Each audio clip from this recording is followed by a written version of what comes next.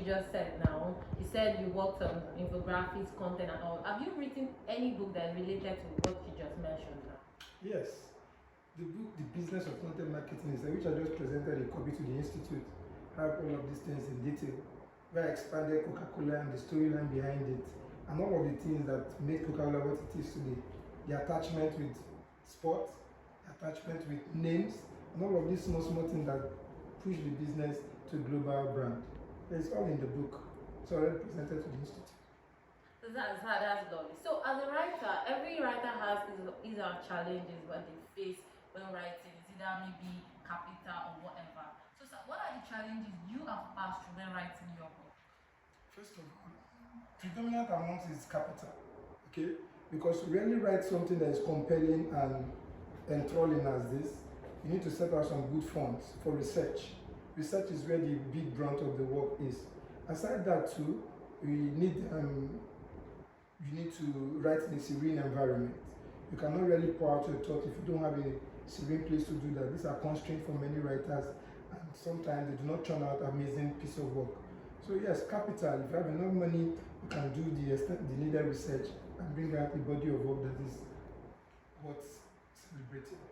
That's wonderful. So sir, how are you able to get your audience? Because there are lots of people now who read online and all. So how are you able to make your work known worldwide to people to be able to read? Yeah, there's what we call target audience, and that is why even on Facebook, I think you have a profile. There are different groups talking to different specific persons. So yes, you have everybody on your Facebook, but yeah, you have groups where they have different disciplines. Those are your target audience. Those are the people who need what you're selling.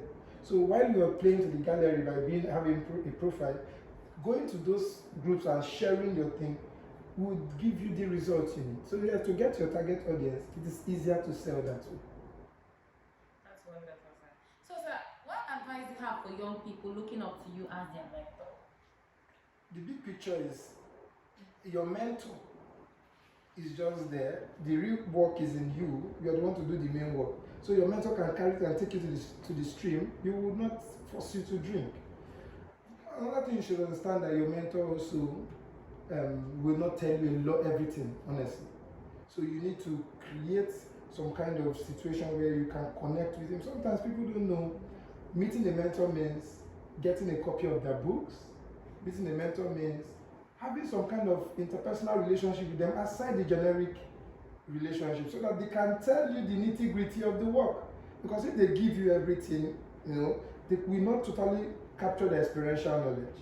So they will just tell you, hey, you do this, you do that. But when you have a personal relationship with them, you bought their books, you supported them, you have a drink, okay, this is what we have for you. They can decide, okay, to bring you very close and then expose every other thing about the trade secret. So this is one thing mentors will not tell you. They do not say everything. If they say everything, they will go out of business. Okay. So sir, you see a lot of people, writers tell people to always go after their passion. What would you advise young people to do as a young writer? What are the challenges they are going to face and things that you would advise them to look away from while writing? Your passion may not pay your bills. That is the big picture. So go after what will pay the bills, then with time you monetize. I did not actually become a writer immediately. I was a project officer for one company. I was honing skills here and there. But then I was managing their writing department. So I was honing the skill, waiting for the right time to come out. So I would not tell you to go after your passion. Your passion, you may not have the money to do that. So I will tell you, go after what you need to do now to keep body and soul alive. If you need to carry something on your head for money, do that. If you save enough money, then you can decide, okay, let me churn out an ebook. An ebook is a very cost-effective way than churn out a hard copy. And with that too, your writing journey has started. You have somewhere you start, and then on the long run too, you can now share some of your stories. It becomes more comprehensive because you've done other things that give you experience. So see how they work side by side. Your passion may not pay the bills, so you have to go after what you have to do, and then with time, it becomes a very amazing outcome. That's wonderful. Thank you. So, sir, currently, are you working on any project? If yes, how likely are we to see that work soon? Okay, for intellectual body of work, I just churned out Understanding the Business of Content Marketing, which is a book that clearly puts to bed anybody who wants to publish, both on Amazon and all of those things. I want to know what to do. And I joined, these were two giants came together, two intellectual giants. I joined with Professor Mark Antonese to bring out that work, to make it as comprehensive as possible. I'm also working on a movie. The movie is going, the title is Orchard of Memories. And I'm trying to bring up, of course, this is the second movie I am working on. The first one is already out there. I'll probably link will be shared on the screen, Life as I See It, where I expose some of the travels of women. And some of these things are not, we don't see them. If you connect with the movie, you see Life as I See It. This is Orchard of Memories. Also within that realm, we're talking about some of the things that happen to young people, how they've overcome and all of that. So keep you posted when it's ready. Thanks, that's wonderful. So I want to ask you, what is the advice you have for the society at large, knowing that they only celebrate people who are successful in the society? Yes, that's a very major dysfunction, because the process is as good as the outcome. Because who you're celebrating today passed through a lot of trials to get to where they are. Gold is tried in fire. So let us begin to connect with young people at the boarding stage. Let us begin to encourage them. Let us have more angel investors. And who is an angel investor?